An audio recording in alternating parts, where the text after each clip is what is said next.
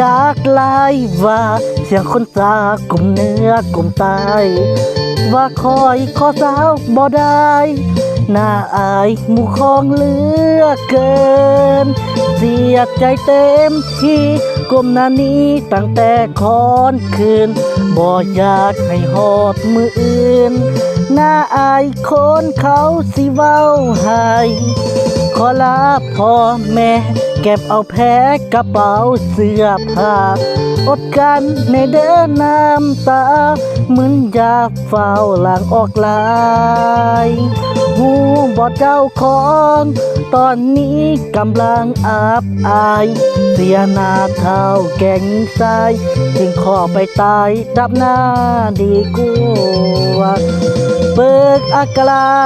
นายซาเจ้าของมันจนสิ้นตรอกน้องสุนเลือล้นคนจนจริงได้ถอนตัวขอลาก่อนเด้อไอลาก่อนเด้อทุนหัวจากนี้บ่ได้เป็นผัวกาย้อนบุญหัวไอน้อยบ่จากลายว่าเสียงคนจาดังเปิดหมู่บ้านบ่อยู่ให้คนเข้ายานสู่กับฝันไปหน้าบ่ถอยถือเป็นบทเรียนที่เฮาขอสาวแล้วปล่อยอกหักเจ็บหนักแท้คอยเงินเฮาน้อยจริงบ่ได้สาว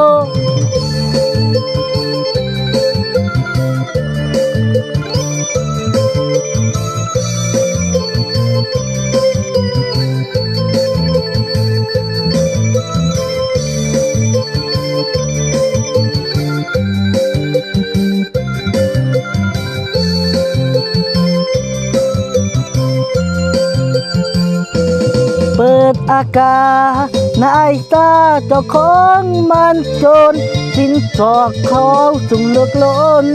คนจนจึงได้ถอนตัวขอลาก่อนเด้อไอลาก่อนเด้อทุนหัวจากนี้บ่ได้เป็นผัวกาย้อนบุญหัวไอน้อยบ่จากลายว่าเสียงคนจาดังเปิดหมู่บ้าน